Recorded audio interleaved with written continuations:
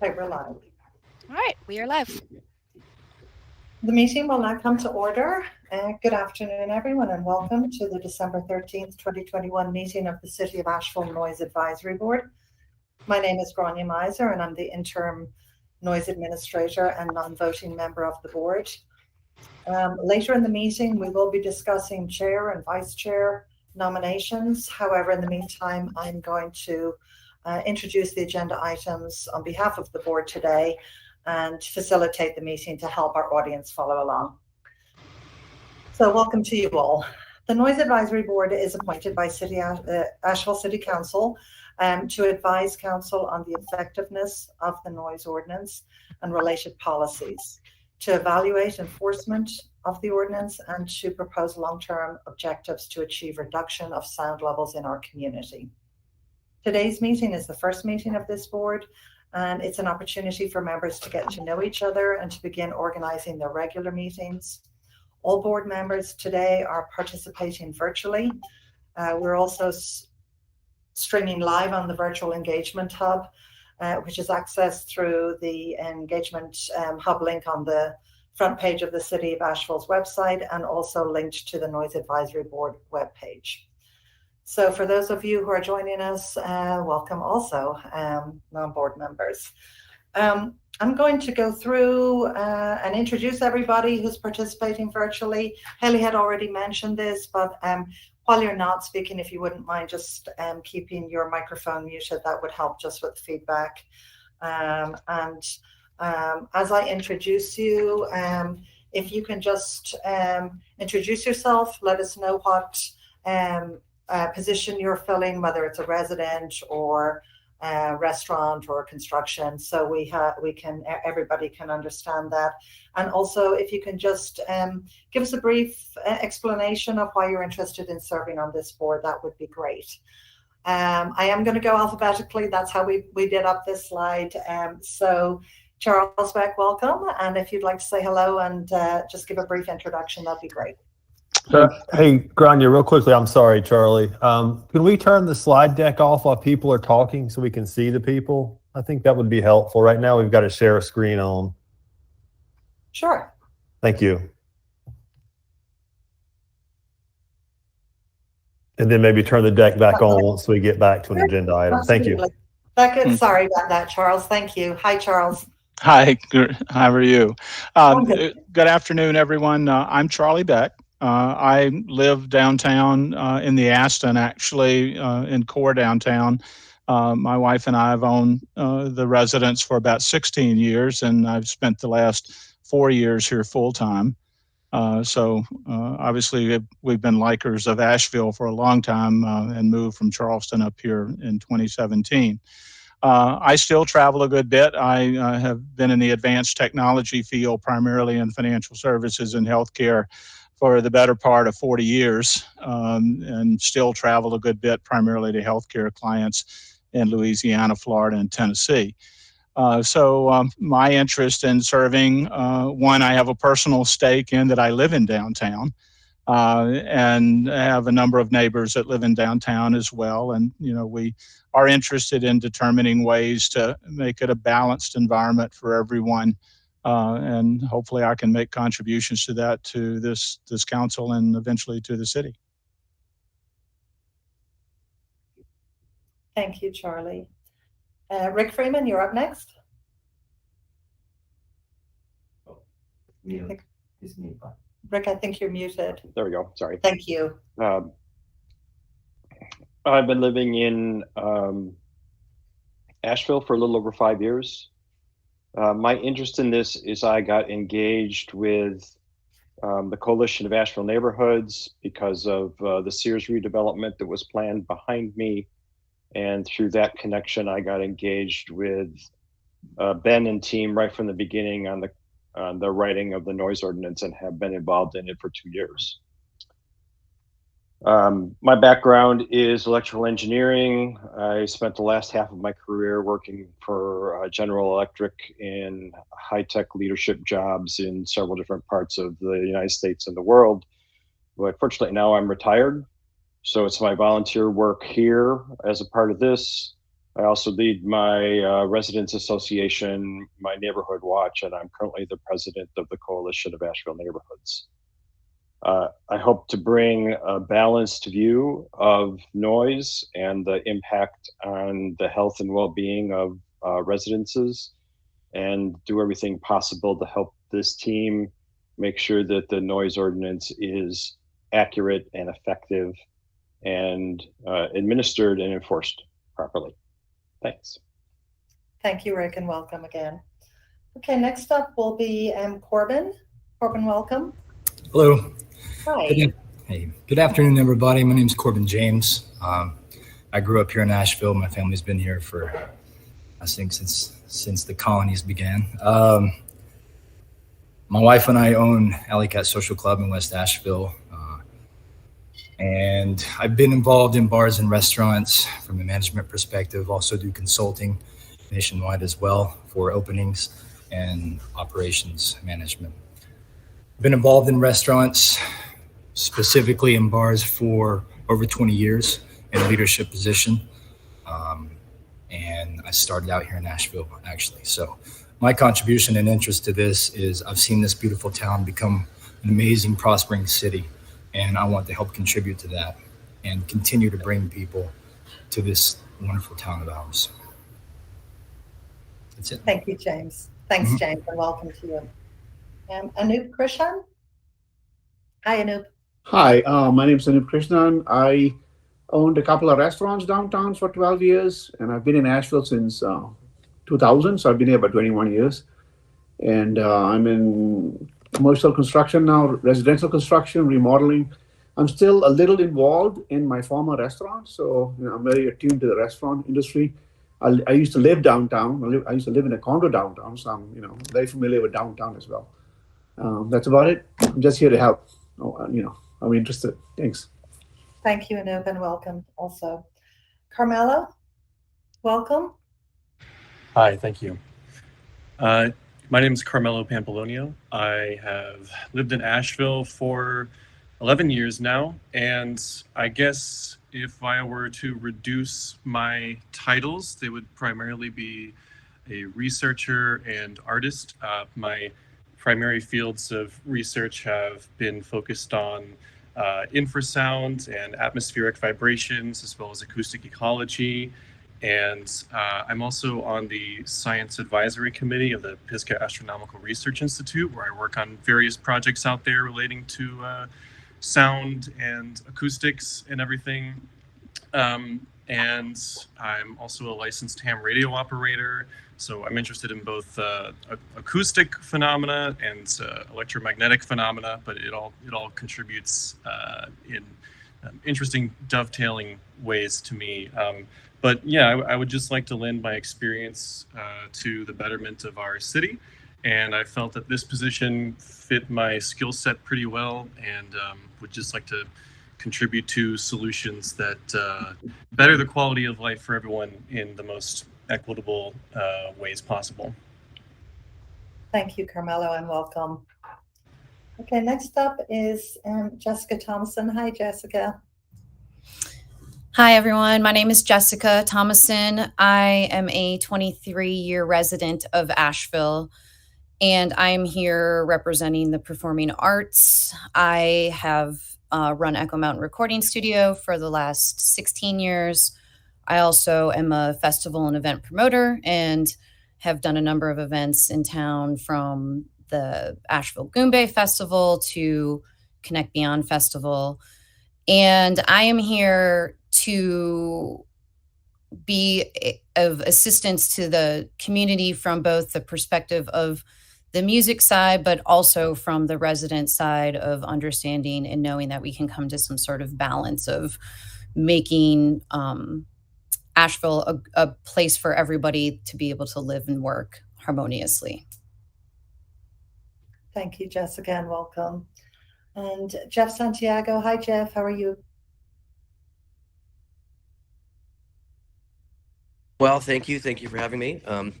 Sure, welcome. So I am 15-year resident, and I am also an event coordinator. and I manage shows also at the Orange Peel. And my interest in this is a balance, as many people have already stated, between what our great city can offer, as well as what it means to live here as a resident, to have our children in school. I have a 6-year-old girl in kindergarten, so over at Lucy Herring, and it's wonderful to be part of that community, and also to be able to bring balance and a voice to my neighbors as well. Thank you very much, Jeff, and welcome to you. And our council liaison is Councilwoman Antoinette Mosley. Councilwoman Mosley, welcome.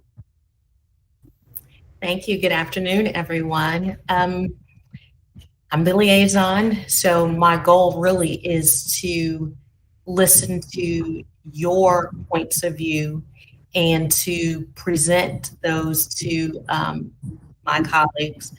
On a personal level, I am fourth, maybe fifth generation Ashevillean. I grew up in the East End neighborhood and currently reside in the Kenilworth area. So I'm definitely interested in noise from a resident's perspective. I'm also an attorney, and early in my practice, I primarily functioned as an entertainment attorney, handled a lot of copyright and trademark issues. And in my background is also my experience as a background singer and recording artist. So I kind of meld entertainment, musician aspect with the long-standing interests of our residents. So thank you. I'm looking forward to interesting dialogue with each of you. Welcome. Thank you again, Councilwoman. So thank you all for those introductions. We have a couple of additional staff members from DSD. They're just going to say a quick hello, and then we will jump right into the next agenda items. So first off, I would like to introduce you to Daniel Oropesa, who is our noise compliance officer. Hello, everyone. Can everyone hear me okay based on our design here? My name is Daniel Oropesa. I'm the newest member of the noise compliance team here in Asheville. Based on all the history of the years everyone's been here, I'm definitely by far the newest. My spouse and I decided to move to a new city after being in Florida for over 20 years, and we decided on the beautiful city of Asheville for the many reasons that many of you have mentioned: the arts, the music, the breweries, and it's so far it's been very welcoming. For the last 6 years, I've actually been in code enforcement for local law under animal services for both Broward County, Florida, the Fort Lauderdale area, and Jacksonville, Florida. And so with that expertise and experience with local code enforcement, it's been nice being here on this new team. The team here is wonderful, very welcoming, so thank you. And there's a lot that's been learned in the last few months, but it's been a nice trend. So looking forward to working with all of you. Thank you, Daniel. I know you all know Haley, but Haley's gonna, or maybe you don't all know Haley. Haley, welcome and thanks for all your hard work at putting this together for us. My pleasure. I'm Haley Mahoney. I'm a planning technician with the Development Services Department. Some of you may know me from my work with the Urban Forestry Commission or just this work with the Noise Board, but I'm here to help you guys for today and maybe some of the future too. Thanks, Haley. And Ben Woody. Ben, hi. Hey, Grania. Ben Woody, Director of Development Services, and nobody is more happy to have Daniel on this team than I am. So it's been really a long process, and I'm glad that we're finally here with this noise board, and I look forward to working with you. Thank you. Thank you, Ben. Thank you, Ben. And yes, I would like to reiterate that. So finally, welcome to you all. We as staff really look forward to a productive group and being able to work productively and effectively with this board. It was lovely to hear all of you seeking that balance, and I think that's very much where we are all working, aiming for today and as we go forward with this board. So welcome all, and again, we look forward to working with all of you. So the next item on the agenda is the rules and procedures. I know that Haley had sent that to you in advance. And so I guess probably the first part of this is just to open up, do we have any discussion on that, that item?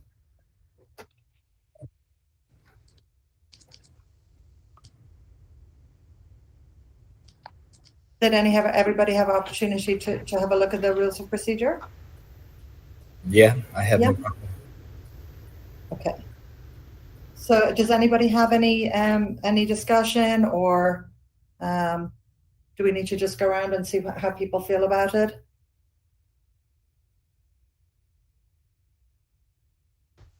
So can we, everybody's okay? Can we take a motion to adopt those then?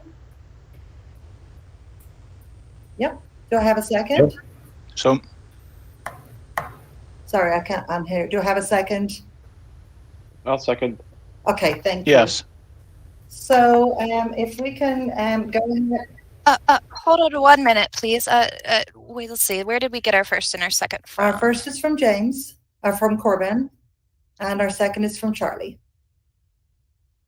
Okay, so James or Corbin motioned, and Charlie Right, second. and if I'm just going to go around and kindly, if you could answer yay or nay in this regard, just because we're remote, I don't want to raise hands or anything because we might misunderstand something. So if just when I call your name, if you can answer yay or nay, we'll go. So again, the motion is to adopt the draft rules of procedure that were sent out in advance, with the addition of the mission statement at our next meeting, and we'll talk about the mission statement in just a moment. So just to repeat then, that the motion is to adopt the draft advisory board rules of procedure as they were presented. So Charlie? Aye. Rick? Aye. Thank you. Corbin? Aye. Anoop? Aye. Thank you. Carmelo? Aye. Thank you. Jessica? Aye. Thank you. And Jeff? Aye. Thank you. So the motion is approved, and the rules of procedure have been adopted with the addition of a mission statement, which the board can work on, and then that will be rolled in, and we'll actually just have a final adoption of those. So most boards have a mission statement. I think it kind of keeps people focused. It says a lot about where the board wants to go. I think that I'm going to, if we would like to discuss that, we can have a motion to adopt or to develop a mission statement, but we would have that work on a working group that can be 3 or 4 members.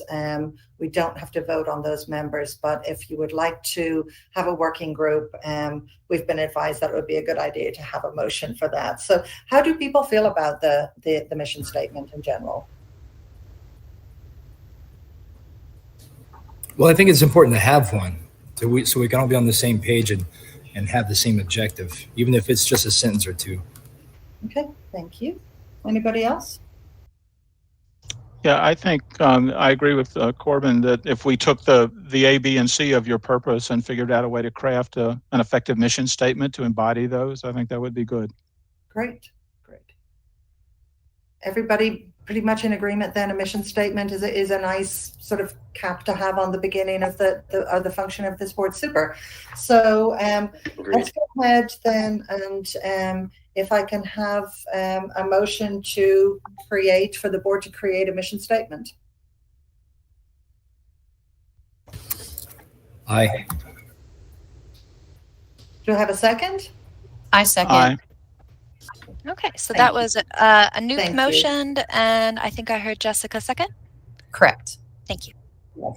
Correct. And And And Grania, real quickly, this has been, I'm sorry. And if the board does create a working group, so that's some people that can work on the mission, it can't be more than 3 members because we don't want to have a quorum, which would be 4. So it would need, again, no more than 3 could work on that mission statement. Right. Thank you. Okay, thank you, Dan. Thank you. We'll just go ahead and vote again on the mission statement, and then once we have that, we can just seek 3 volunteers to be that working group and work on that mission statement. And those volunteers can then bring that back to the board at the next meeting, and we will readopt the rules of procedure, with that being the mission statement for the board. So again, I'm going to just go ahead and call your names out, and if you can just respond yay or nay, we will get right on through this. So Charlie? Aye. Rick? Yay. Corbin? Yay. Thank you. Anoop? Yes. Thank you. Carmelo? Yay. Thank you. Jessica? Aye. And Jeff? Yay. Thank you. So, I guess the next order of business here will be to seek 3 volunteers to be on that working group. And we don't need to have a motion for this. We just need to have 3 people who would like to work on this. I'll volunteer. Okay. Thank you, Jessica. I'll volunteer. I'll Who was volunteer. that? Sorry, is that Carmela? That's Jeff. Jeff. Oh, Jeff. I'm sorry. Thank you, Jeff. And one other person? Yeah, I'll volunteer. Corbin. Okay. Lovely. Thank you so much. So the working group that will be putting together the 3 principal functions of the board are Jessica, Jeff, and Corbin. And we will look forward to seeing your mission statement at the next meeting. So thank you for volunteering on that one. I appreciate it.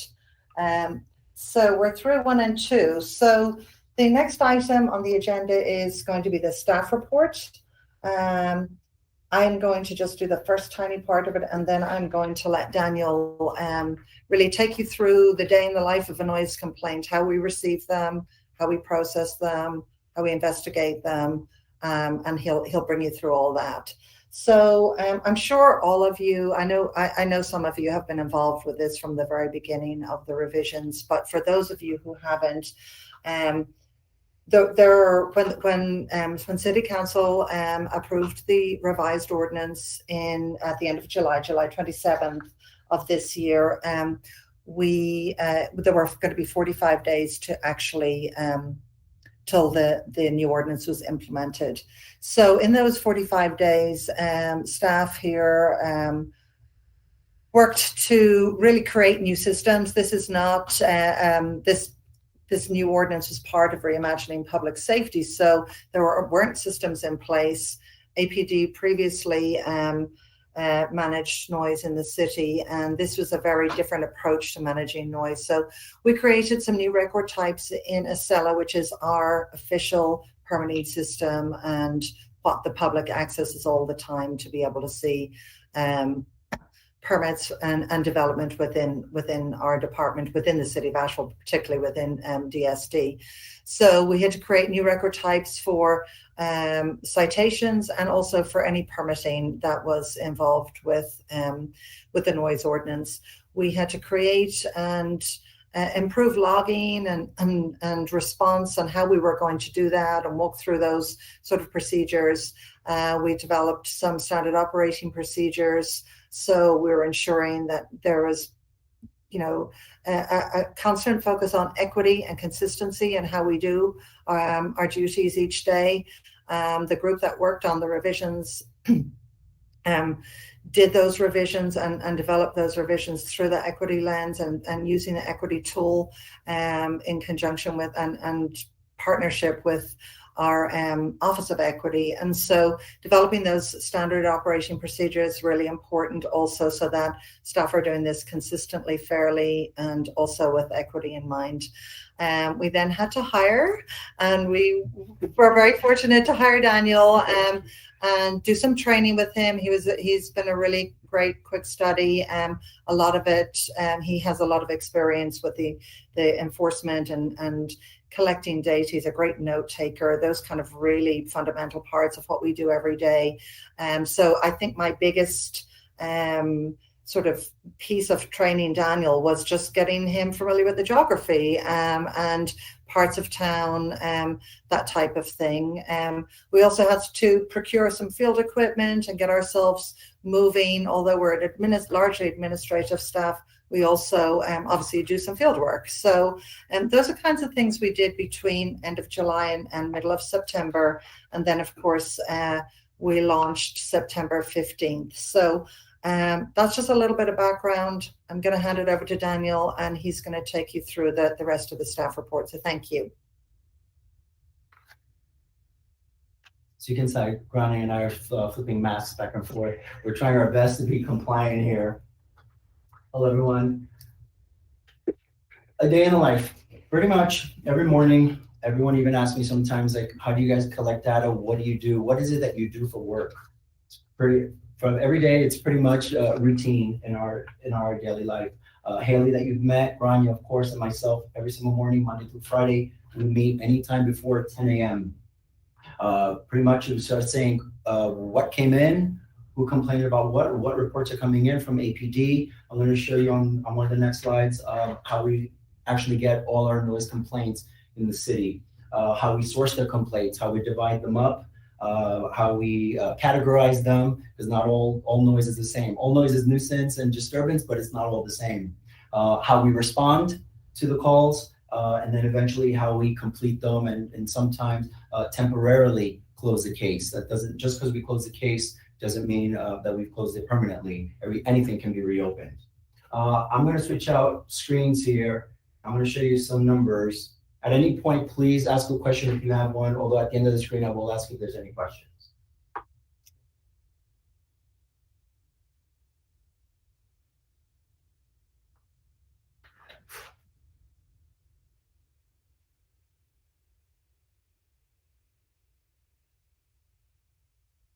Okay, just want to make sure.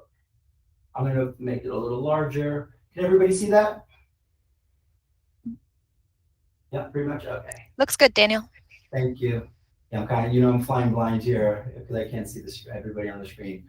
Okay, so the reason, normally in most presentations, it's a lot easier just to show solid numbers and graphs, just visually aesthetically, it's a lot easier to read. But the reason we're actually showing you this is because after the meeting and by the end of the week, these are the reports that will be seen by everyone. This will be live numbers on our website, so anyone can always look at them to see what numbers have come in. Please keep in mind that all these numbers that I'm going to go through, not the whole page, are from September 15th, which, as you know, the noise ordinance went into effect, and we close it out on December 6th just for the purpose of this meeting, so we have something that we can present. But after the meeting, this will always be live. All these numbers will be live up to the date and up to the minute. So let's first start saying we started our day every morning at either at 8:30, 8:45, no later than 10 a.m. to see what reports, what noise complaints we've received. Just for the sake of argument, all these complaints are from September 15th through December 6th. But just for the sake of argument, we'll say that this is one crazy day. Let's say we came in this morning and we had 465 noise complaints. I think that would be the day, that would be a really bad day for all of us. But let's just, for the sake of argument, say this is the first day that we came in today, and we'll say, okay, we'll notice there's many ways someone can report a complaint. We have the Asheville app that hopefully many of you are familiar with. We have an APD log. Every morning at 8:05 a.m., we do receive a report from the Asheville Police Department with any noise complaints that they have received overnight. And I'll let you know, and I'll explain on how we respond to those. Direct email. All of us have direct emails. We have one standard email, noise@asheville.nc.gov. People are very familiar with that email. We get emails all the time regarding a noise complaint and some of the specifics. Phone calls. Some people don't have internet. There's areas, some age groups that are not familiar with that. They want internet, they don't have smartphones. So of course, there's always the phone. We don't get too many of those, but we always do. There's always a voicemail. And of course, job form. Job form is the link on the website where anyone can go in and report a complaint and a disturbance. Though any of those 5 ways of getting a noise complaint to us has been effective so far. We can't think of any other possible way of someone reporting besides maybe walking into the office, but that doesn't really happen very often. With technology today, everyone either has a phone, email, an easy way of getting a hold of us. So now let's say this is our crazy Monday. We came into 465 complaints, but now it's our job to categorize these complaints. What type of complaint is it? Is it trash recycling? Is it construction? Is it a residential neighbor, which of course is usually pretty high? Outdoor events, vehicle exhaust, is it a complaint about a busker? And of course, there's always unknown. Interestingly enough, you'd be surprised on how many people have no idea where this noise is coming from. Is it music? Is it cars? Is it industrial construction? You'd be surprised as to how many actually really don't know. They're like, I don't know where it's coming from, but please come figure it out. And we actually try. So out of 465 calls that we have, we've now categorized them. So we know what type of complaint we have, which of course now in the future gives us a pattern of where we really should be focusing a lot of our efforts. As you can see, and if I'm scrolling too fast, I'm sorry, it's just easier to get to some numbers. Here you'll see on one of the highest numbers, we do have Apd Daily Report. Of course, the ordinance has only been in effect for 11 weeks. So there's a lot of habit in terms of if there's a problem, you call PD. So even now today, many people know you shouldn't call 911 for certain things, but people do. And we see in some of their reports that APD does try to educate the public that it's misuse of 911. But I'll explain to you. 275 calls came in from APD. And of course, we have to categorize it as to, sometimes people call APD because it's a trash or recycling collection complaint. And then slowly they're learning that they have to call us, and that's between efforts of all parties. I'm gonna scroll over to the right here. In terms of, now we have the complaint now. We have, for example, somebody called about a party and there was a lot of music. So obviously that's a residential complaint from one to the next. Part of our day includes starting off with calling the complainant. What happened? How was it resolved? Did you try to resolve it? It's basically fact finding. What happened with this to a point that you either had to call the police or you're emailing us. So and this can take sometimes 1 hour. It can take an entire day. I've had an entire week where somebody hasn't returned my call. Of course, the night of the incident, it's important. The sky's falling, everything's on fire. And then 2 weeks later, they're like, oh, I'm sorry, I'm calling you back.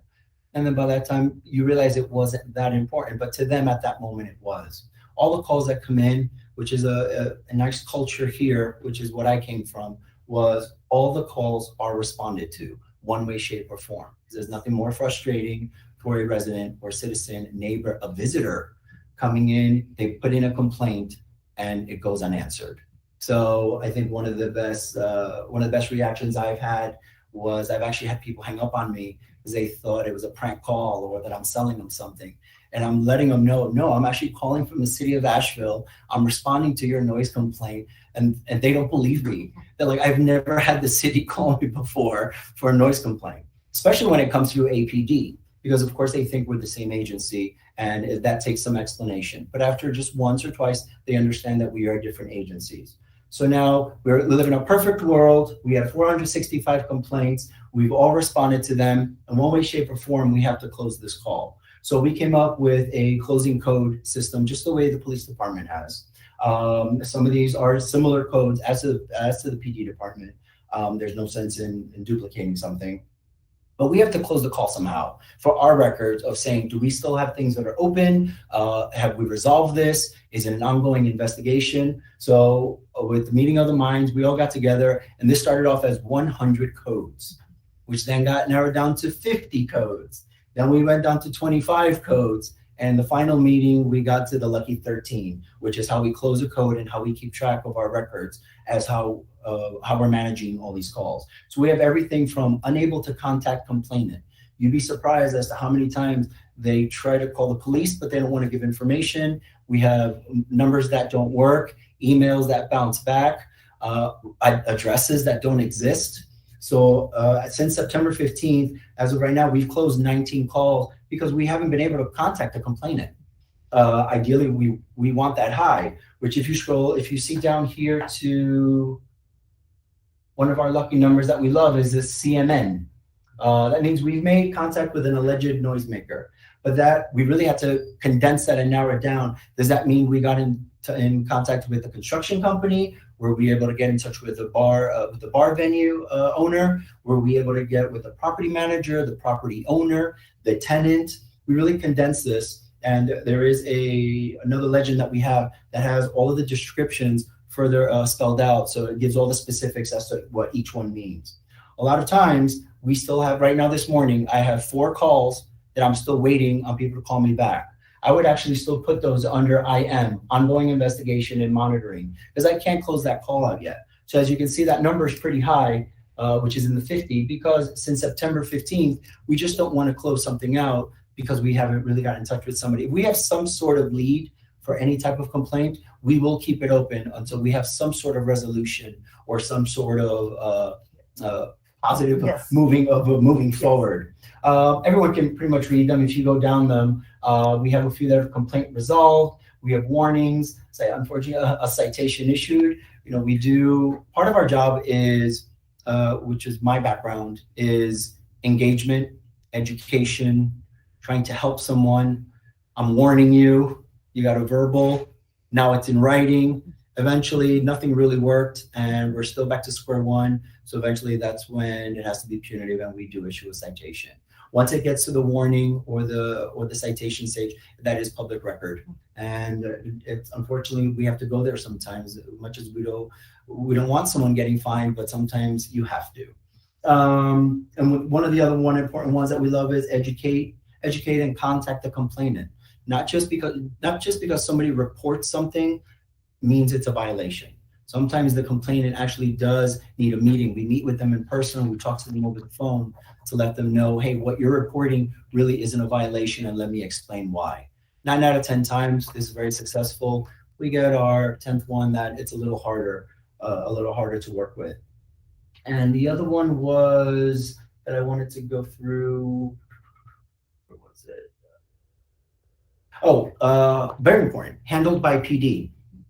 So you remember up here, up on the left, we had 275 calls that came in from our morning APD log.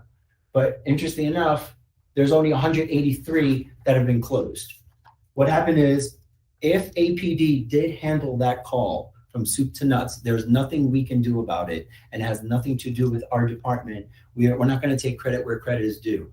APD did close out 183 calls. You'll see later in my next slide, there are situations why we can't get involved with certain calls that APD does respond to. We always have to take our safety into consideration, and there are just either times of night or the nature of the call that prevents us from responding to something. So if APD did really handle the entire call, there's no reason for us to go out there or meet with someone.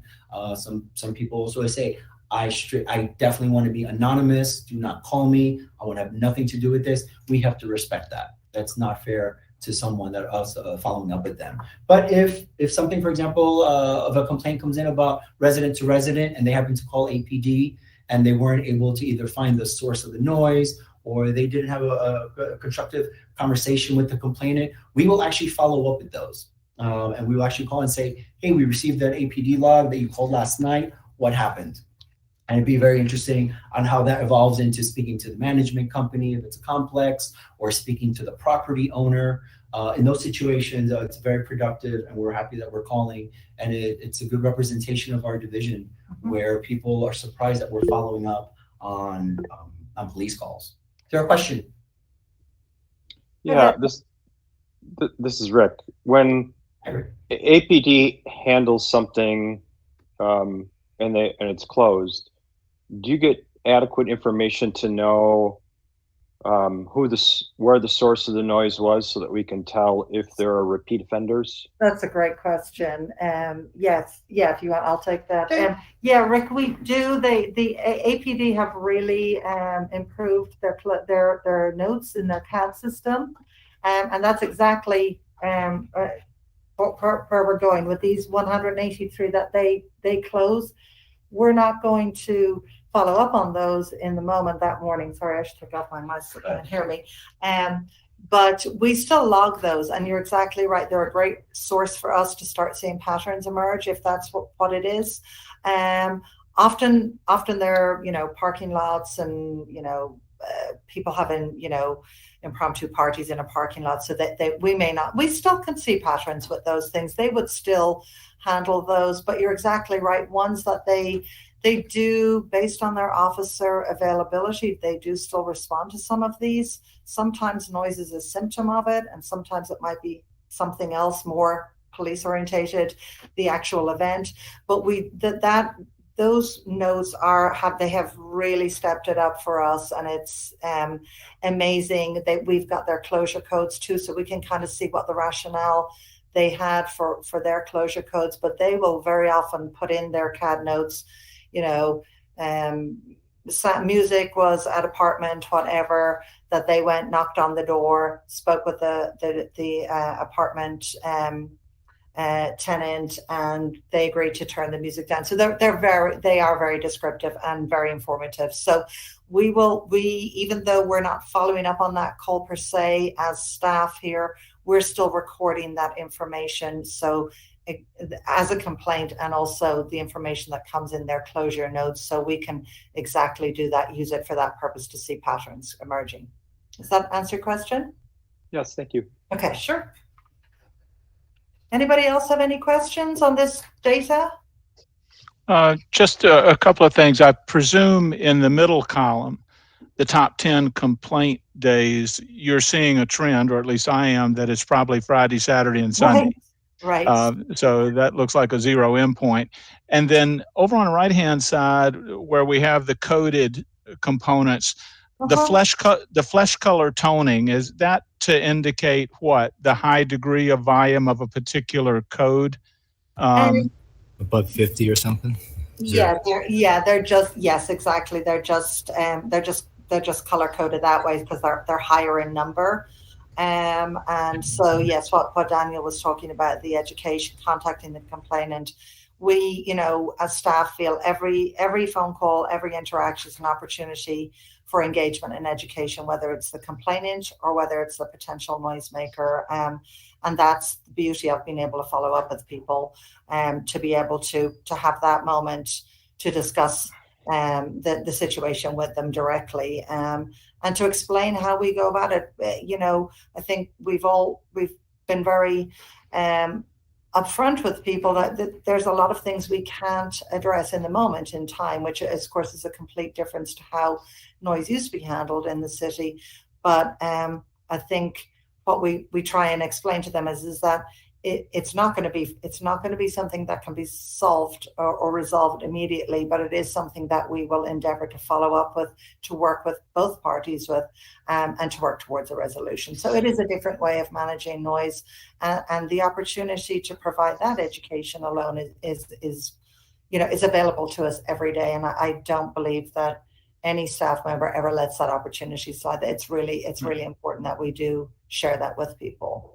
So if I look at that collection in that grid, and maybe it has to be reorganized differently a little bit, but of the line items, the 13 or whatever, which ones group into, in your mind, they are resolved or closed, for lack of a better term, and then the others remain either in motion or are going to be dismissed?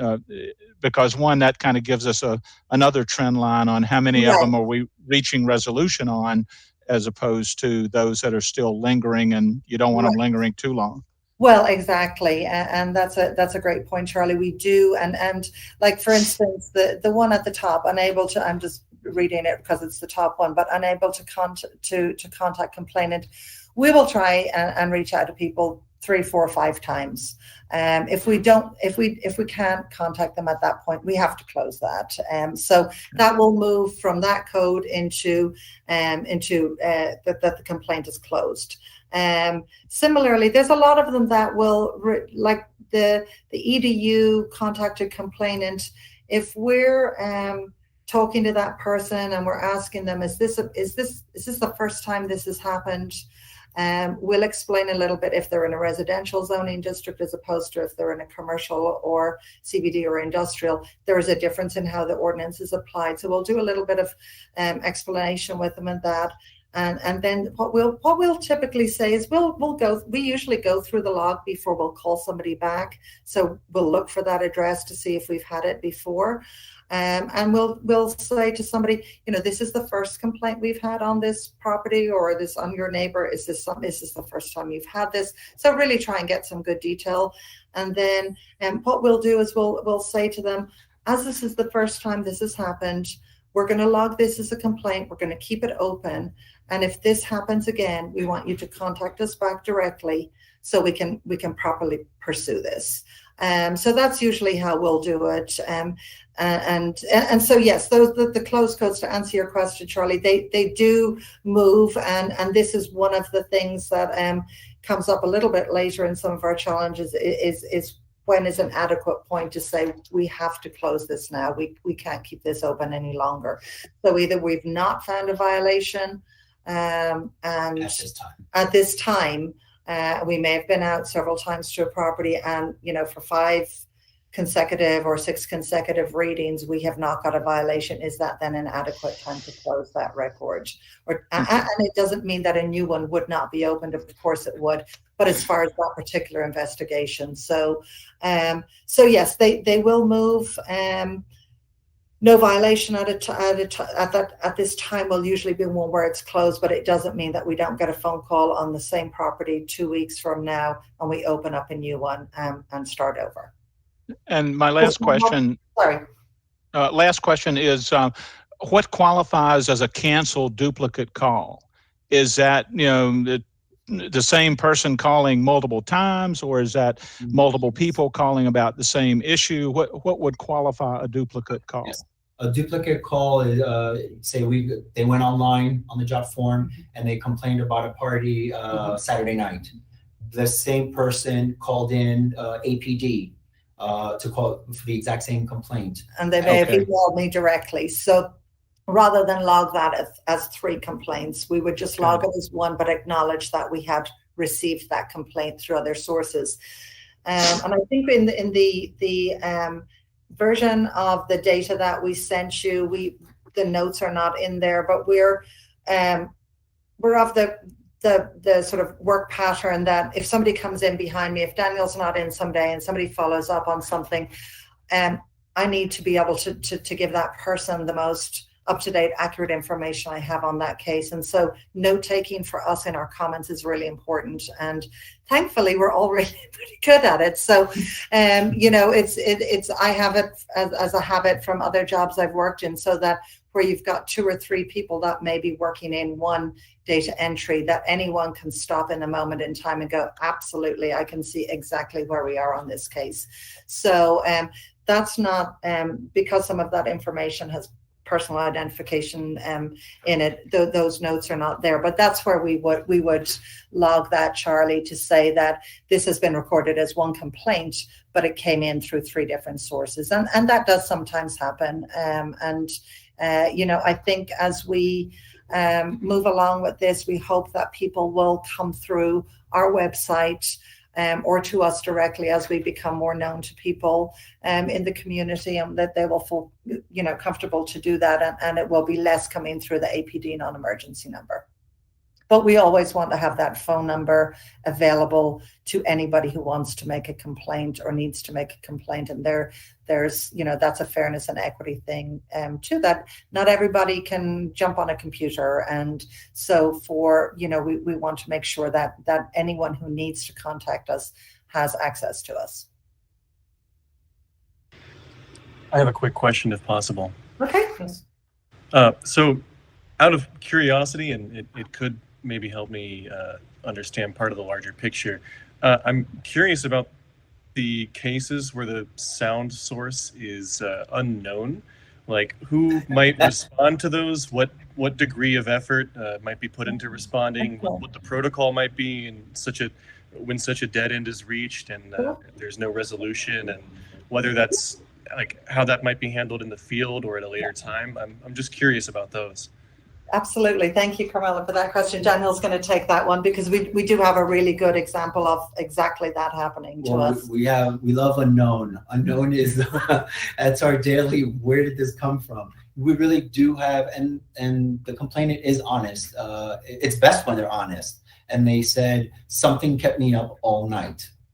So that's what we get either through the APD log or through our website. So our first phone call is, "Hi, I'm so and so. Talk to me." Well, what happened? Like, it was a noise. Was it music? Maybe. Okay. What was it? Was it a party? Was it cars revving their engines? I'm not sure. I'm like, well, can you give me the area? We really have to narrow down as to where you're calling from. Are there any strip malls in the area? Are there any clubs in the area? Any bars? Sometimes they are really deep into residential areas, and we have to search around. Where could this source of noise possibly come from? We've had to canvass in some areas, Carmelo, in North Asheville, where there was a band that somebody was hearing, and honestly, I had a phone call to my desk directly one Friday afternoon. I had a phone call at home, and I live in that area of town, and I jumped in the car and tried to find it, and I couldn't find it. So what we did in that regard is we with the caller's permission just got a rough geographic location of where they were, and we went and canvassed the neighbors and asked them, is anyone familiar with hearing a band? And some people had heard it and some people hadn't, and it was one of those things that we really couldn't find a location for it in the end. It has stopped, and with COVID and the summer months, people were out more. It has stopped, but sometimes it's difficult to do those, and we do get some. We'll see in some of the APD logs where people, will say, "I don't know where the noise is coming from," and they'll maybe try and respond and say, they drove around that general area, but were unable to locate a noise. So it does happen. Does that answer your question, or? Yeah, for the most part. I mean, it's I would expect it to be a case by case basis. Right. I was just curious, like going out there, I would assume that half the time maybe the noise has stopped and half the time it might still be going, and if there's field equipment that could be like a directional sound source localization equipment that might help, or if you're just kind of on your own. So yeah, it makes sense. Yeah. So it is on a case by case, and sometimes it's it was at 9 o'clock. They called APD, and we'll look at the complaint the next morning at 8:30, and we'll still follow up with them. And we certainly would be happy for people to be able to play music outside in a residential neighborhood, but we'd certainly want them to be aware of their neighbors and the limitations of that. So that would be an educational and engagement opportunity for us if we did find that source. Grania, Carmelo brings up a good point, and I wonder if have we thought, or has the staff thought, that since you have so much good granular information there, could you create zones, if you will, to see where there is recurrence of lots of loud noise, whether it be from businesses or entertainment or wherever it comes from, so that you kind of from where I sit, I guess I'm used to where do you get the highest return to actually apply a remedy. So maybe this information was somewhat of a geographic sort of collection would show us where we have the greatest potential for doing some hopefully balanced things. Right, absolutely. I think that's a great point, Charlie. And we did try and do that on a little bit more of an organic level, where we actually went out and asked some of the neighbors, because we did get it. We got it narrowed down to 2 streets, and so we went and asked. There was an apartment complex in that area. There were people out gardening, walking their dogs, we stop them and ask them, have you heard this? So we do try and focus in on that. And certainly, I don't know if they were just up and gone, and we haven't had any complaints from it since we were out in the field to do it. But I think that's definitely a possibility and a good way to sort of focus in so that we could get a resolution and try and speak with somebody.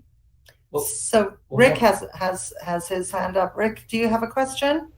Yeah. Just for the purpose of reading the report, if it's unknown, does that mean that's just unknown at the time of the complaint, or does that get updated if you actually find the source of the noise? It will be updated. Yeah. Okay, so thanks. It'll be unknown when it comes in to us, Rick, and then as we go, like that one that we were just talking about, that came in as it just had band playing in North Asheville, and so then it went from unknown to then, as we burrowed a little bit deeper with the caller, to actually find it was residential, and then to find it was residential on 2 potential streets. So yes, it will come in as unknown, but could possibly change as information was made available, or the caller had more information. And sometimes that doesn't happen on the first call, but maybe on the second call, they might have a bit better idea of where it was coming from. Grania, if I may interject as well, when we're logging those unknowns, when we first started logging, we came up with some general areas for everything to fall into. Right. And one thing we didn't come up with a code for early on was vehicles playing music in parking lots. So a lot of those unknowns are vehicles playing music in parking lots, not tied to a business, not tied to a residence, but it's not revving or engine noise in that sense. Yes. Thank you, Haley. Thanks for that clarification. That's absolutely right. So, Rick, does that answer your question? Yes, thank you. Okay, thank you. Jessica, you had a question? Yeah, so either for you, Grania, or for Daniel. So, for instance, what constitutes something being described as the closing code, contacted complainant, for instance, so which is the first Planned Parenthood that happened on 9/18, but then goes to on 10/30 there's a Planned Parenthood complaint that goes to ongoing investigation. Is there some sort of formula for the amount of complaints at one place that then goes from that closure code of the ECE to the IM ongoing? Sure, and if you're okay, Jessica, I'll explain that one, because I've worked with that one Parenthood, so it's easy for me to remember. So the 9/18 on that one, the ordinance went into effect on the 15th, and the first Saturday was the 18th, and I went to do some general engagement with that group at Planned Parenthood. They were using an amplification. The ordinance prohibits that within 150 feet of a church, school, or medical facility.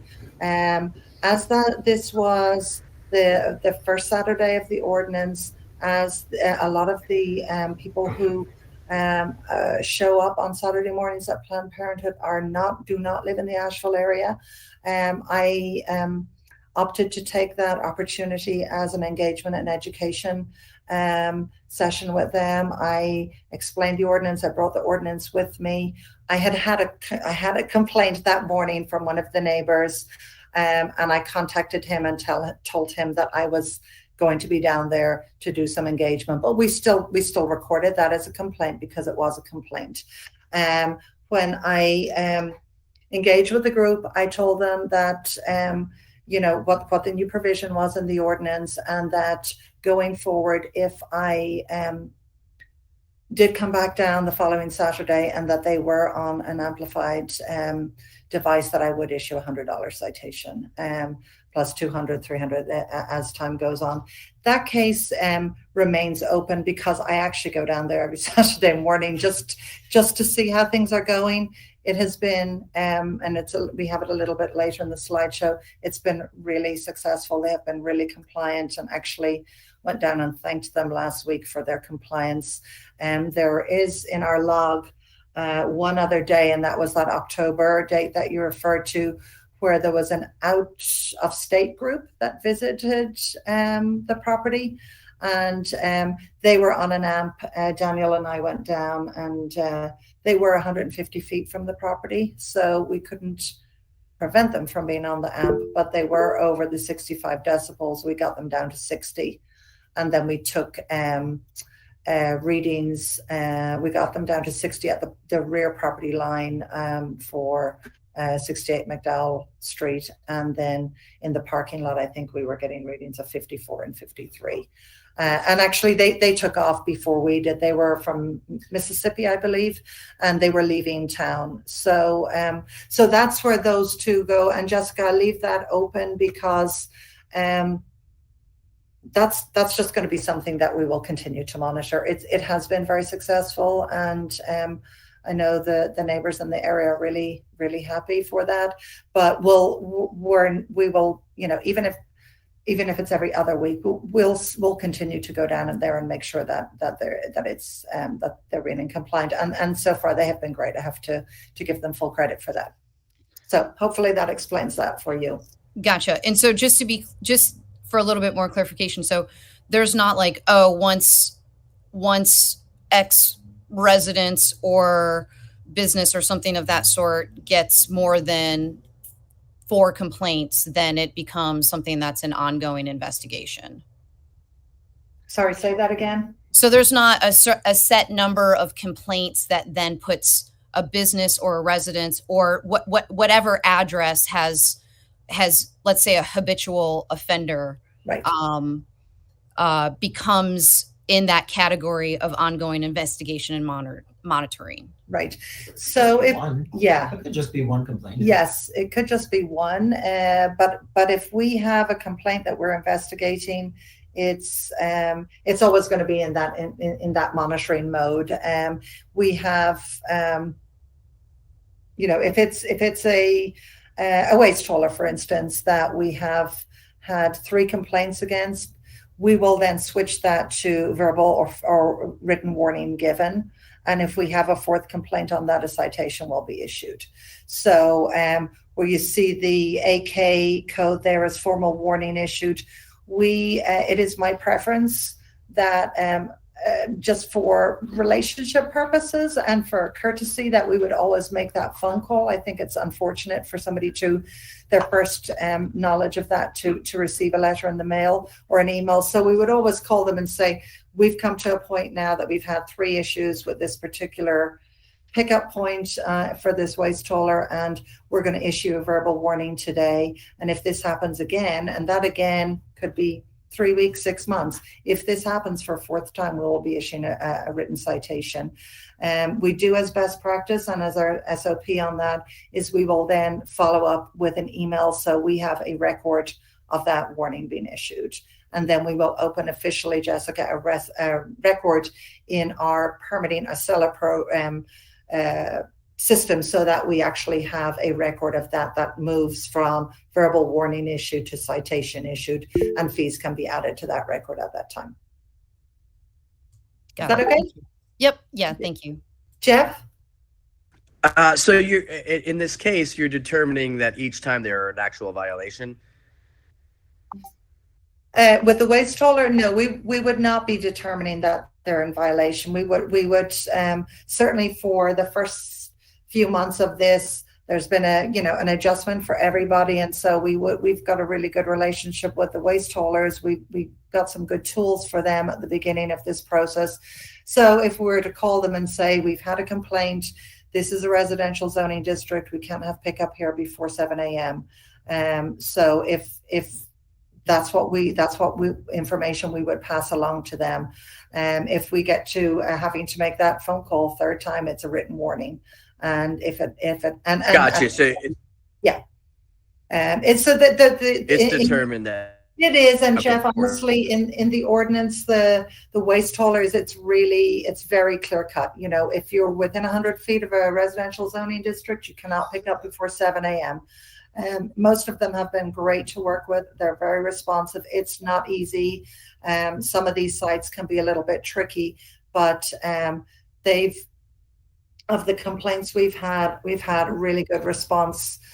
from them, and with the exception of one. And then we'll always circle back to the complainant and just kind of send them an email and say, are things still good at your apartment complex? Or and so we've had that. That's been one of I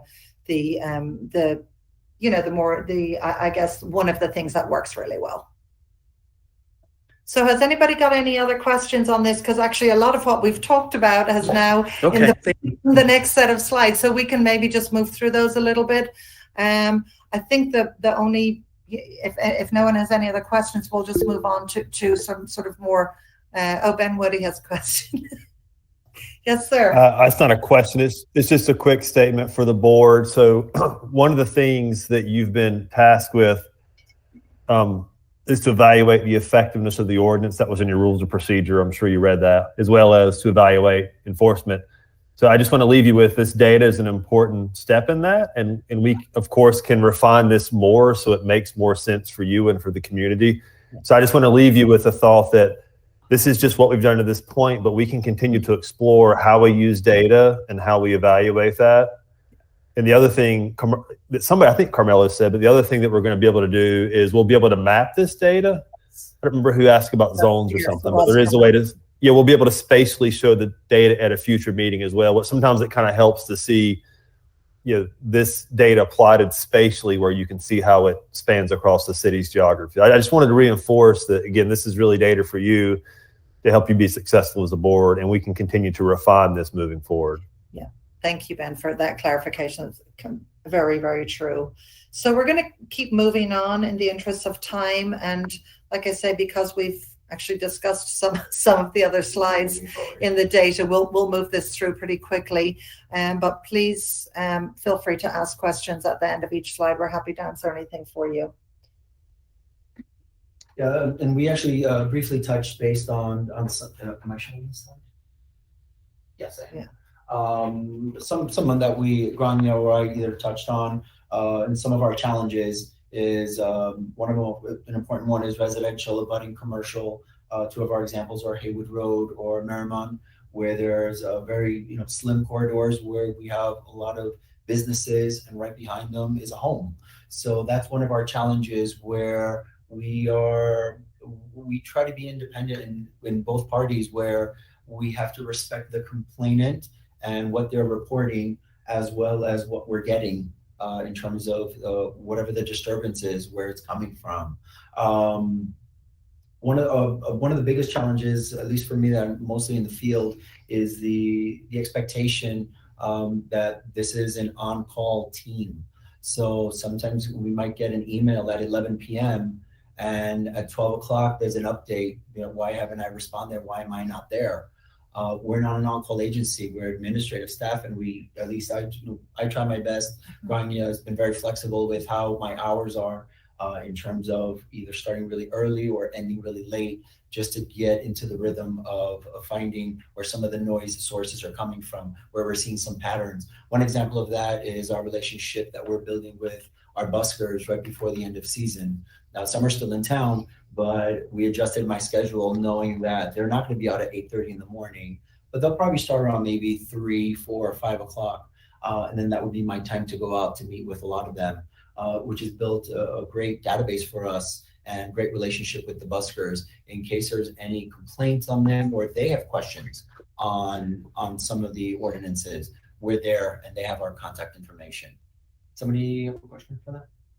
Oh no, that was just Jim. Earlier on, we touched on APD responding to some of the vehicle noises. Some citizens, some residents of Asheville think that we'll go out and there are 2 cars drag racing down Patton Avenue.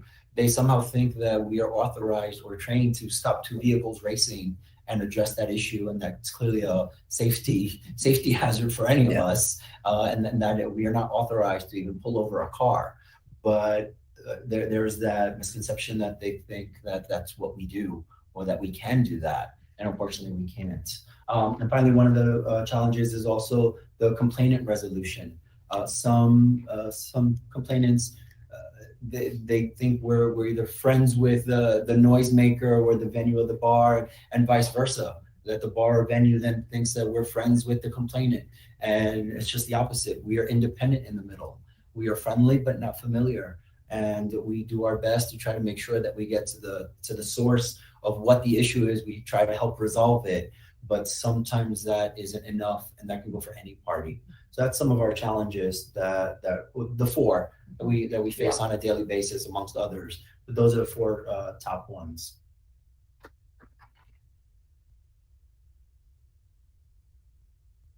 And then just to wrap up on my segment, for past engagement, one of the great things about the way this department is handling a lot of the calls is that we do really take every opportunity is a chance for an opportunity for engagement and education. Every contact we make with everyone. There's so much history in the past 2 years, predating when I was hired, which is on your website. All the archives are active on your website. You can look through them, all the meetings, forums, videos, everything that was done to get to July, and then September 15th.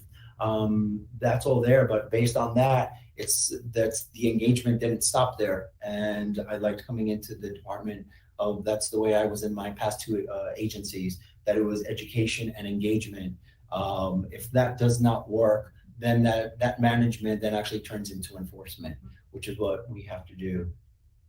We have collaborations coming up with APD that have been very successful for the past month or so. We have meetings set up for 2022 with 3 different divisions that handle situations such as noise. They've been nothing but supportive, and they've been looking forward to having another agency help out. And then for future engagement opportunities, we are looking into doing proactive field work to put that on our website. We have a lot of bars and restaurants and venues that are actually reaching out to us, and we've already done a few that they say, hey, I'm thinking of having a karaoke night, or I have music outdoors. I want to make sure I'm in compliance. Can you help me? And that's the best way to start, because now we're being proactive and not reactive, which is a good start and makes it easier for everyone. And finally, presentations for businesses and neighborhood associations. We've had such a great success in just the last month with property management. There's a lot of multi-family units in the city of Asheville. The response from them has been amazing, because you'd be surprised how many tenants that live in a multi-family apartment complex don't know that they should be reporting their noise complaints to their manager so they can address it. Part of our education is that we don't micromanage. Apartment complexes management, they have their own rules and regulations that they have to enforce when you sign your lease. So a lot of people just think, oh, call APD or now call me. But I'm like, have you reported this to your manager? They're like, I didn't think I should. So we have a very, very good relationship. And actually one of our trips in January is we're going to actually go visit them one-on-one just so they can match a face to the name. And they're really excited that there's actually somebody following up on their tenants, because if they don't know about it, they can't address it. But we try to make ourselves as available as possible. Noise at Asheville is pretty much on every form we have. All my signatures always have my email, my city cell. So there's no way someone can say I couldn't get a hold of the noise team. We try to do everything possible with every channel, every way, shape, or form, whether it's a phone call or an email. And thank you, Daniel. And I think just to add to that, the engagement component of it is that multifamily residential settings are always going to have noise, and there's always going to be, you might resolve one issue and you might get another. So I think the relationship with those property managers is hugely important. And we, I remember Haley and I, back when we were doing the revisions, we discovered that a lot of property managers were just putting in their welcome pack to their tenants to call APD if there was a noise issue. So it's really important that we develop good relationships with them, and that we can actually help them perhaps with some of their education to their own tenants. But that, if you're a single family home owner who's making noise, we're going to hold you responsible as the property owner.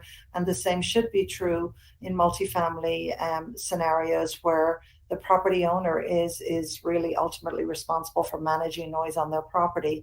And that's not necessarily been done in every facility. And so really engaging with those people and getting good relationships, working with them, so that if we have an issue at one apartment complex and we have it resolved, and 4 months later we have another one in a different building on the same apartment complex, we have a relationship with that person to be able to call them up and say, "Hi, Susie, it's me." So I think those are really, really important. Daniel and I are trying to take advantage a little bit of the quieter months of winter and get out and really hit the ground running. We've focused almost exclusively on downtown for the last 4 weeks. I have been up there engaging buskers 2-3 times a day. So after Christmas, it will be the multi-family and also the property managers at the Housing Authority properties, and also working with the CROs from the Community Engagement Division of APD. So partnership's really important in this. Rick, you have a question? Yeah, just a clarification. Mm-hmm. I understand the responsibility of the property manager and whatever rules the tenants have. What's not clear is when the tenant complains to the property manager, do you actually ever know about that? Good question. And Daniel, you've got the answer to that one. Yes, we do. So I'll let Daniel explain. So now the fact that we've developed great relationships, we either text each other or so with the property manager, they always know what our protocol is now. Unless the complainant through APD or through us said they want to remain anonymous, I will reach out to the complainant first. And first thing I always say, did you report it? A lot of times they say no. And I always say, I recommend you report this because you might not be the only complainant that's reporting on this, say, apartment 2C, whatever. Then I have a protocol of calling the property manager with permission, because I will say, would you mind if I call your property manager to let them know that you're on your way? They're like, no. I've gotten a few that said, no, I still prefer to remain anonymous. I said, that's fine. But I'm still going to let them know that there was a complaint, either through APD log or through us, and then just to be on the lookout. Next thing you know, just even before this meeting, I was on the phone call with one of the property managers. Hey, I'm sending someone your way. She's like, thank you. I'm busy day. I don't want you to be blindsided, but you know the protocol. I'm sending them your way. And she's like, I think I know what apartment it is because I had gotten another complaint. I will address this because this is getting too far. I said, you're the best. So we do have a nice relationship with that going of everybody's aware. Now, if the complainant just goes straight to the property manager, they never called us, they never called APD, most likely we won't know about that. The property managers won't be reporting to us, but we haven't seen many of those. No. It's usually the tenant for some way, shape, or form, they don't want to report the incident to the property manager. So we kind of intervene a little. They feel comfortable. If they want to remain anonymous, we respect that. But I will say, we did repeat it, especially if APDs, for example, the APD log had 3 complaints on that apartment for that night. Yeah, that's something we need to address, whether they want to be anonymous or not. And I'll just say, heads up, it's in building 300. And then usually by that time, the property manager knows. They're familiar. They know where it came from. So thank you. Does anyone have any other questions? I'm just keeping an eye on time, and we do have a couple of other, thank you for the questions. They're really interesting to, dive a little bit deeper into some of the data, and also just our sort of, operating procedures and how we reach out to people on a daily basis. We do have to schedule our meetings for 2022 and also discussion on the chair and vice chair nominations. So if we don't have any other questions, I would like to just keep moving so we can hopefully get this one ready, and we can have more of the same in the new year on a regular basis. So I'm going to go ahead. We have the agenda item of the meeting schedule for 2022. So as a board, you need to decide how often you're meeting. I think staff had recommended quarterly or bi-monthly. And I guess I'll just open this up to discussion. How do people feel? I know a lot of you are busy. So if you just want to, tell us how you're feeling about this, we can try and and get to an agreement on this and get a motion to actually determine the frequency of our meetings. Anybody? So I'll start off by saying that I probably am the most flexible, so my ideas just may not be workable for the rest of the team. But in the beginning, it just feels like we should meet monthly if it's at all possible. I say that because when the vote was over and done with, when the noise ordinance was approved by City Council, there was this notion that at the 6-month mark, we're going to come back and revisit it. That was what the mayor said. And if we only meet quarterly or bi-monthly, we won't have actually had a working session at the 6-month mark. And that worries me about whether this advisory board will be seen as effective. And I would concur with Rick. I think if we start monthly and then we determine that we can back off to quarterly in the second half of next year, then so be it. But I agree with him, given the comments that City Council, the mayor made to us, that we ought to have something substantive to put before them when they come back and revisit. Anybody else? I agree. I think monthly is more effective than doing it bi-monthly or quarterly. It keeps us abreast of what stuff is happening downtown, just all in the city. I agree with that as well. I mean, we've got a large task ahead of us, so it's good to come together at least once a month. For now. I want to say I'm okay with that as long as there's some flexibility for those of us this is one of 4 committees that I sit on now. And so on top of, having several other things that I do in other community engagement, things that are not necessarily that. So as long as there's some flexibility for, in terms of timing and we can get things on the schedule far enough in advance, then I'm all for meeting. I agree wholeheartedly with what everybody said so far. I just want to make sure that it's not, that it's not at the same time that's a conflict with other things that I have scheduled out already well into 2022. So I would add to what Jessica said. I mean, I know that board and commission meetings usually land on a given day of a given month and all that sort of thing. But I, for one, would be in favor of moving the dates around if, 3rd Wednesday at 2:00 fails one month, then we should be flexible enough to move it 1 or 2 days in either direction so that we can have a quorum. I will chime in on that. There is some capacity issues there with overlapping meetings. They really prefer that we pick a date, time, and stick to it. That's for posting purposes. That's also for coordination with other boards and commissions. We can't really have overlapping meetings, or that makes that means we might not have tech support. It means we might not have a meeting space. There's a lot to consider there. So the meeting date and time will need to be fixed. Okay. And is this the availability that you're showing right here, Haley? Yes, this is going to be the dates and times where we could choose from. And just to add, so yeah, you need a fixed meeting date, and these are based on DSD has 3 other boards that we clerk, as well as there are other boards that use the meeting spaces and the support staff. But I'll just remind you to kind of maybe to your point a little bit, Rick, is the board is able to, under certain conditions, call special meetings. So that, so for example, if you had a bi-monthly schedule, there can be instances where you call a special meeting, but again, even in that, we'd have to make sure that there's, availability from staff and facilities, et cetera. And my last thing I'll say is, I'll make one last advocate. Bi-monthly meetings is going to be easier for us in terms of capacity. I don't disagree that maybe in the forming of the board, there's some more regularity for meetings. Yeah. But also, I'll remind you that as a board, you can also, and we work with other boards that are really good about forming working groups. So you can also have work groups that work on certain topics and report back to the main meeting. So just give you all that to think about. Okay. Anybody else have any comments for discussion on that schedule?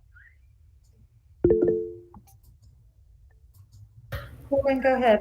Yeah, like I said, I do wish we could do it monthly, but I also see directly what you were saying, as well as what Jessica was saying as well, because we're all very busy and everything. So, I'm down for anything. I just want to put it out there. I'm pretty flexible, but I also understand where the city's coming from. So if it has to be bi-monthly, I understand that as well. Can I ask this too? So if we do bi-monthly, are we,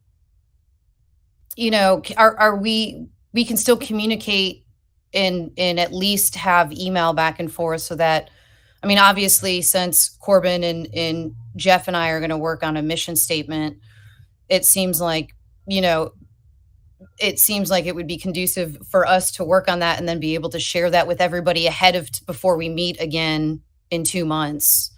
Is that something from the city's perspective that is okay, or is there some other sort of transparency that needs to happen with that communication? Haley, I'm going to let you take that. So the working group can have as much to speak amongst themselves as they want. With the greater board, you'll want to operate in kind of BCC mode. So if you need to send something to the entire group, the protocol typically would be either to send it to myself or make sure that I'm copied, and then you would blind copy the board members so there couldn't be back and forth discussion amongst the entire group. But yes, providing the document that the working group has worked on to the rest of the board prior to the meeting is, of course, okay. You just don't want to deliberate as a whole board, gotcha. even through email. So yeah, your work group's fine, and then information sharing is fine. You just want to avoid starting a deliberation of something That's as an entire board, or I guess 4 or more, we'll say. Yes, because if for some reason you had everybody copied and you sent out an email and somebody replied all of a sudden you've started a group conversation amongst the entire board. Okay. So I think I knew that before, and maybe that was what was in the back of my head about meeting monthly, because if you think about it, because of those appropriate transparency Right. things, if we only meet every 2 months, then the working group would conceivably put something out for people to read. Then we have meeting. And if we couldn't reach an agreement on that content at that meeting, it would go another 2 months unless we call a special session. Special meeting, yeah. It makes me feel like we could easily slide into you guys are so slow at making a decision on anything that you're ineffective, and then this board would just be shot. That's my worry. That's my worry. And I think that's probably enough said for me. Carmelo, you have a question? Yeah, just to follow up, building off of what Rick is articulating here. I share that concern, but could it also be framed in such a way that if we do the bi-monthly, which makes the logistical setup by and large easier and more streamlined, would it not be possible to consider the bi-monthly as the minimum amount of meetings, and for certain cases or votes or any sort of discussion that we want to have with a larger group, then we could all agree to hold another meeting in between those default bi-monthly meetings? Or because if so, that seems like a nice compromise between like logistical stability and just having consistent tech support, and then also having flexibility for everyone when possible. My only reluctance here with the special meeting thing and relying on those to meet your business is that it took almost a month to get this meeting on the books because of the differing schedules between everybody, and it wasn't an easy feat. So everybody would have to have incredible flexibility if that's the way you want to do it. Haley, I think you would, this is Ben Woody again, I'm sorry. Haley, I think you would, if I hear what I hear Carmelo saying is, go ahead and reserve this board's date and time monthly. So basically we would be the board, I'm just making this up, the board that meets the second Thursday, and go ahead and book that out for 12 months, but with hopefully the understanding that we don't need to meet 12 times in the next year. Is that what you're saying, Carmelo? Like reserve the space, but then use it bi-monthly, and then if you needed a special meeting, you would use that time that's already reserved. Well, if that's a possibility and that's what the board can collectively or wants to decide on, I would be okay with handling it like that. If it checks those two boxes, yeah. That is how Board of Adjustment is set up. I mean, they only meet when a variance case comes about. So that does seem like there's precedent there for having something that's booked out monthly that doesn't necessarily meet every month. Ben? I mean, that holds, excuse me, I'm sorry. That holds the date at least. I'll just say, I'll still say, and it may be that these first, this winter and spring as we figure this out, and Rick, you're right, we do have to get back to council and give an update. It may necessitate some additional meetings. I'll just be honest, I'm not sure that we can sustain 12 meetings a year as staff. That's probably a lot for us over the course of this. But I also recognize that perhaps early on that there's greater need to get to know one another and get this board up and moving. So we do want to be flexible with your schedule, but we've got to be able to maintain it as staff. Can I ask a question? Sure, Jessica, go ahead. Is there a way that we could get monthly data, kind of like how we just got for this 3 months, and then we as a board can then assess whether or not, because just thinking about the fact of this one, yes, of course, this is new. We definitely need to look at ways to make sure that we're staying on top of things, and especially as we're figuring this out. But also, if there's not if there's not a whole lot of data that we need to discuss, then maybe then we do skip that month and go to the next month. Does that make sense? If we're seeing that there's a large number of complaints that are coming in from one spot, for instance, or one residence that definitely needs our attention, then we go ahead and do it. But if not, then we move on to the bi-monthly. Does that seem like something that could be feasible to do? So Jessica, I'm going to let Grania kind of speak to, I don't know if you remember reading through the rules and procedures about what would be considered an agenda item and what might not be considered an agenda item for this board. So an individual case would not be an agenda item. Noise complaints or appeals will not be heard by this board. And Jessica, sorry, I took this off. The reason for that is that it's an advisory board. So the role of the board is to advise city council as opposed to a quasi-judicial board that would vote on something. The old ordinance had the noise appeals board where appeals were heard, but in this case, individual noise complaints wouldn't. But to answer your question, as far as the data that Daniel showed you, that raw data, that will be on our website live before the end of this week. So that will change daily. I don't, as we go with our log, I don't want to speak out of turn because I don't do the cleaning up of that information. Claire Richardson does. So I don't know how involved that is for her to be able to get that information cleaned up into the board. But Ben, do you see any reason why we couldn't, sort of give that to the board monthly in lieu?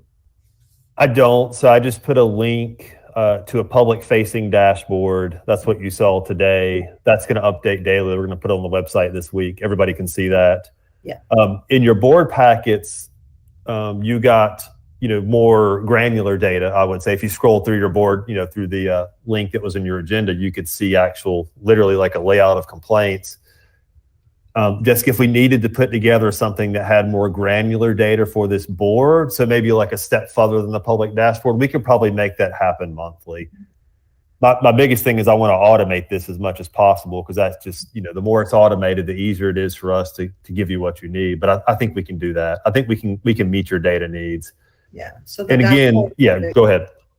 sorry, I was just going to say the dashboard will be there before the end of this week, and that will that as we add more calls and change codes, and that will update daily. So you'll see exactly that. That's a complete mirror of the data we have. It's just in a very raw form.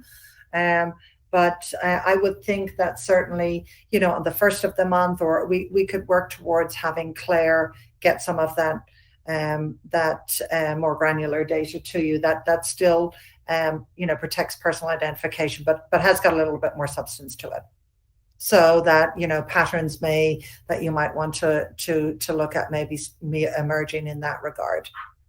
And I hate to commit that to Claire, but I'm sure she would be able to do it. I just don't know what sort of, I think she could do that for us for certain. So, I mean, is there any other discussion? Shall we try and get a motion on this? I just had one last comment, Grania, and that was. Charlie, yeah. I'm sorry. Go ahead, Charlie. That's fine. Thank you. I was just going to re-advocate that I think at a minimum the first 6 months we should have a meeting once a month with the option of pushing it back quarterly, you know, in the third and fourth quarter to get back on a cadence, as long as there was no circumstance that would drive us otherwise. Because given even though we knew COVID slowed us down last year, I think we'll see some pickup in activities that, you know, people would want to look to us to make recommendations to the city, certainly by mid-year. So I think the crucial period is the first 6 months of 2022. Okay. So tell me your motion again, Charlie. So it would be monthly. It would be monthly for months of 2022 and revert to quarterly unless otherwise deemed by the board to. I'm so sorry, you broke up and I missed it. So it's monthly for the first 6 months, is that what you said? For the first 6 months, yes. Thank you. I apologize. There was just a gap as you were speaking. So that's monthly okay. For the first 6 months. And revert to quarterly for quarter 3 and 4 of the calendar year. 3 and 4. Okay, so here's the motion is for the board to meet monthly for 6 months, for the first 6 months of 2022, and revert to quarterly for the third and fourth quarter. That is the motion. Do we have a second? Or is there any other discussion before we even go there? Just a quick question. So we are, you know, after reiterating the rules and regulations and looking over them for the meeting. So essentially, we're primarily an advisory board, so we're not going to be dealing with specific cases that require a lot of depth attention. So, okay, I see. I just want to clarify. It's an advisory board to City Council on the effectiveness of the ordinance and the broader policies associated with the ordinance, and also, you know, the proposing of, and this probably wouldn't be something you would look to do as a board in the first 6 months, but proposing long-term objectives for achieving reduction of sound levels in our community. So that's more sort of long-term planning.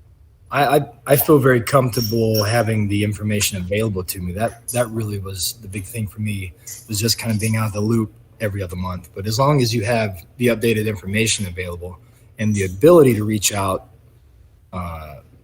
some way, I feel comfortable with a bi-monthly if that's easier. Okay.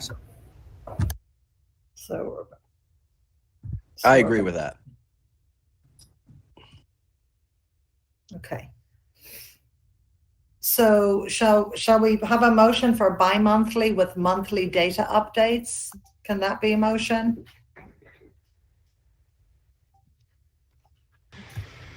I would say. Grania, I think we'll have to have a vote. Oh, sorry, Ben. You go. Grania, there's a motion. Excuse me. There's a motion on the floor that Charlie made. It doesn't have a second, so I would ask one more time for a second. Okay. I'd second. The motion is for monthly meetings for the first 6 months of 2022, reverting to quarterly the third and fourth quarter. And I think I already heard somebody have a second. Was that you, Rick? That was me. Okay, thank you. Okay, so You can ask for discussion, Grania, and then in part of the discussion, Corbin, you can make a friendly amendment if you'd like to, and Charlie may or may not decide to accept that. I think the amendment, as long as it's not, I like what you had mentioned earlier about having the space available, the time available for a meeting.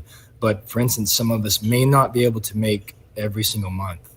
So as long as there was a little bit of leeway, that would be my amendment. To be clear, though, just so everybody remembers, you do have to attend 75% of the meetings, however many meetings are held in a year, in order to stay on the board. Right. So does anyone else have any discussion on this? We heard from everybody. I think the one other thing that I want to say is in terms of that 6-month mark that Rick had mentioned, and I think we all agree that we definitely want to be proactive and not look like we're dragging our feet on things. If there's not anything that's, like agrarious, enforcement rules, then, is that timeline movable of that 6 month if we don't have enough data, for instance, to know? I just think we may need more time than, say, March, right? If we're looking at, January's right around the corner, and this, so I just want to pose that to the group is like, if we're talking about 6 months being from having this data here and just having this first meeting, which of course, is going to go, we're still just working out some of these kinks and things that we're going to do. How do we feel that we're going to have enough data to actually make some recommendations based on the purpose of our advisory council to council in March? Do we feel like in March we're going to have, based on meeting every month and the data, some things to recommend, or are we likely going to ask for a little bit more time, especially with getting into the spring season? So just out of curiosity to this group, what do y'all think? So I raised my hand. I think it would be too soon, because people are going to be inside. They're going to be in some cases less sensitive to noise around them because they're inside, their furnace is blowing, all that sort of thing. Certain noise sources cease to happen as frequently in the wintertime. And so you could have a view that there isn't a pattern when it gets back to summertime and things start to happen outside. So it seems like as quickly as we could come to consensus to have a meeting and set sort of a target date that would cover some of the more outdoor season kind of stuff, and then try to convince council that it needs to run that long, right? Because we kind of missed the high point of the season. My thoughts. Okay, thank you. And Granier, I concur, with both Jessica and Rick. I think, if you look at the outcome in mind, it will take us at least 6 months to get to something meaningful. So, the first 3 months is going to be formulating a structure that we want to evaluate this information and rationalize what we think is a good recommendation to make back to council. And then it'll probably take us another 30 days to get it packaged in such a way that it's ready to go to them for consumption. So I fully expect it to take at least 6 months before we can put something back in front of council that, we feel comfortable. We've gone through, vetted it, rationalized it, and done the things that we would be expected to do in due diligence. Sure, absolutely. Thank you. So where does that leave us then with a motion? Are we going to go back and vote on your motion for the monthly meetings? Well, I think that motion's still on the floor, and I would, leave it as is. I thought it was a good motion to start with. I still feel that way, so I would stay with that for now. And Okay. at the end of 6 months, if we need to adjust on the back nine, then we'll do that. Okay, so we have a motion on the floor. We have a second. So, and we've had discussion. So let's go ahead and proceed with the roll call then and vote. So just bear with me and we'll get going. So Charlie, I'll start with you. Yay.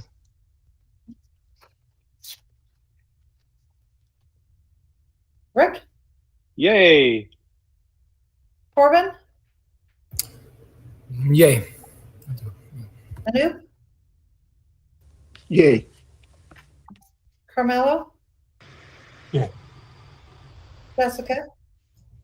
Yay. And Jeff? Oh, he's on mute. Jeff, you're on mute, I think. I think he's frozen. Yay. Oh, Oh, there he is. Yay. Thank you, Jeff. Okay. So the motion is passed. So for 6 months of 2022, the board will meet monthly. And for the third and fourth quarter, we'll revert back to quarterly at this point. So we have to pick a date. So Haley, do you have some availability there that we can look over? So these are the general days of the month that will be available and the times on those days that will be available. It's not very specific, but if we can just get a high level narrowed down, then I can pick a time that'll be appropriate and let you all know what that is. Make sure there's nothing wrong with it. But yeah, this is generally where we won't be overlapping with too many meetings. Mondays and Fridays work pretty well for me since I travel in the meat of the week. So I can be flexible on anything that's Monday or a Friday. Okay. Mondays are best for me. Okay. Mondays for me as well. Mondays are good for me. Mondays are good for me. Let's see, who was the last person that just said Mondays are good? Rick. Rick. Great. All right. So far we got everybody's liking Mondays. Is there anybody that doesn't like Mondays, that it's not possible on a Monday? We can do Mondays. Daniel and I can do Mondays. Let's zoom into the Mondays then would be my thoughts on this subject. So looking at the Mondays, we have these Mondays, the first, the second, or the third Monday of the month. For the first and the second Monday, we're looking at primarily morning, so we don't overlap with too many council meetings. Third Monday also must be morning. So if we wanted an afternoon meeting, the second Monday is our only option.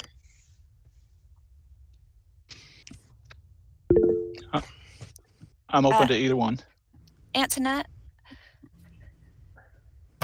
I know it's not technically up to me, but I would prefer an afternoon meeting on the second Monday. Okay.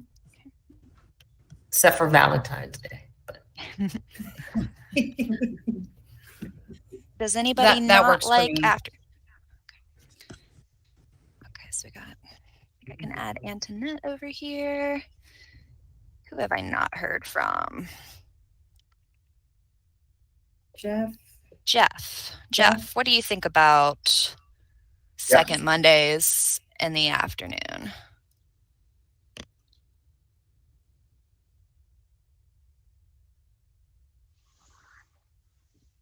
I'm You like those? Okay. Great. So 1, 2, 3, 4, 5, 6, 7. I feel like there's one person I don't have on here. It's me. Carmelo. I'm gonna be the guy who's like, nah, make it really complicated. I'm just kidding. Mondays are great. Afternoons are great. Yay. I can be pretty fun with that. Yeah. Awesome. Well, that made it easy. After today's meeting, I'll go to the drawing board and just see what time in the afternoon has the least conflicts with other meetings. And then I'll send out an email to everybody, let you know. And if anybody has any very hard objections, please let us know. Otherwise, Grania, I'm going to kick it over to you to ask for a motion to tentatively have our meeting schedule as the second Monday afternoon. Okay. Second, so do we have a motion to schedule our meetings monthly on the second Monday of the month? Have a motion for that? So Yeah. moved. I motion. Okay. So it all came in together. So who spoke first? Did anybody catch that? Anoop? I think it might have been I think Rick. it Was it you? Rick. Okay. No, Yeah, I and think I'll Anoop second beat me. That was Anoop. Okay. No, he did. Anoop. Oh, And Anoop? then I who did. second? Who was the second? Yes, I'll second that. Okay, perfect. So Rick and Anoop, thank you, gentlemen. Okay. So, and Haley, you'll follow up with us on that. Yes. Wonderful. So let's go ahead. We need to vote on that one too, right? So if you can just answer yay or nay, and I call your name. So we'll start over again. Charlie? Yay. Rick? Yay. Corbin? Yay. Anoop? Yay. Carmelo? Carmelo? Yay. Thank you. Jessica? Yay. And Jeff? Yay. Thank you so much. The motion is passed, and Haley will meet on the second Monday of the month, and Haley will follow up with specific times on that. So before we go to public comment, we have one more item for discussion on the agenda, and it is pertaining to the chair and vice chair nominations. So the chair presides over all the board meetings and ensures that the work of the board is accomplished. To this end, the chairperson must exert sufficient control of the meeting to eliminate irrelevant, repetitious, or otherwise unproductive discussion. At the same time, the chairperson must also ensure that all viewpoints are heard and considered in fair and impartial manner. The chair cannot make rules related to the conduct of the meetings or commission procedure without the approval of the full board.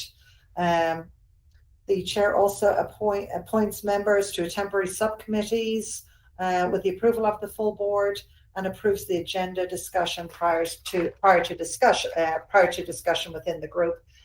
The chairperson prepares the annual report for the board each year, signs any correspondence, and represents the board before City Council with formal approval of the commission by motion and vote. The chair or a quorum of the board may call a special meeting. The chair may also cancel a regular meeting. So those are that's a little bit about the chair. The vice chair role essentially would do all the same in the chair's absence. So let's have some discussion. How do people feel about, do you feel like we need to get to know each other more? Does anybody have any thoughts either way about nominating anybody today for either of these positions?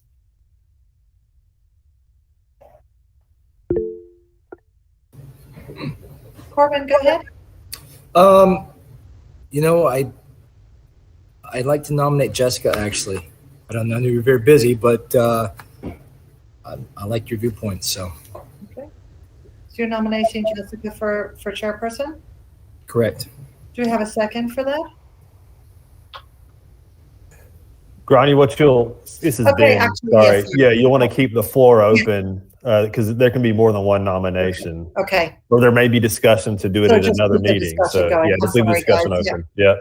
But Jessica, we got you in the queue. I would nominate Rick Freeman for chair.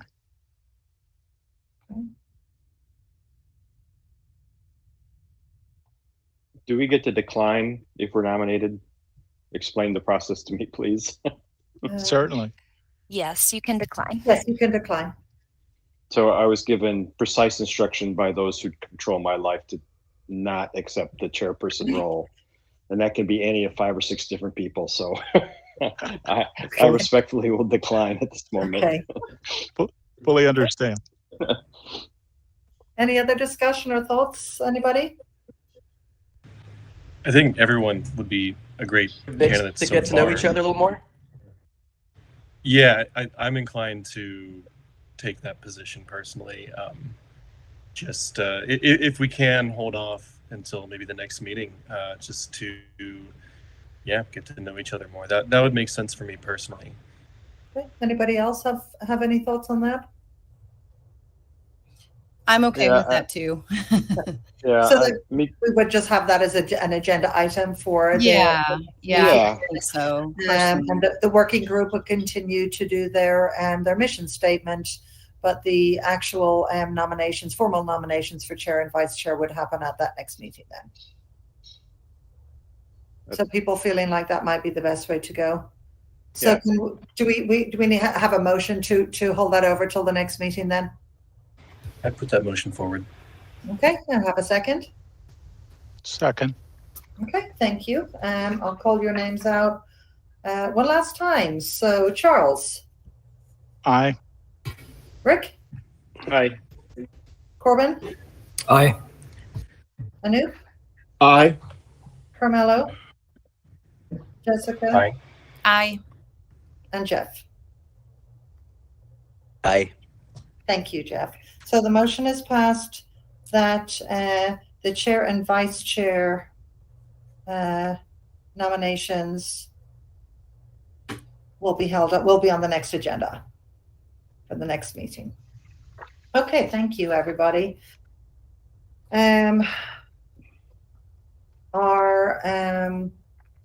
Our last item on the agenda today is for the public comment.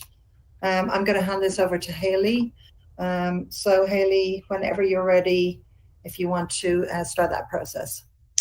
Oh, this is so rare, and I'm never in meetings that adjourn on time or early. So we have not received any public comment for today.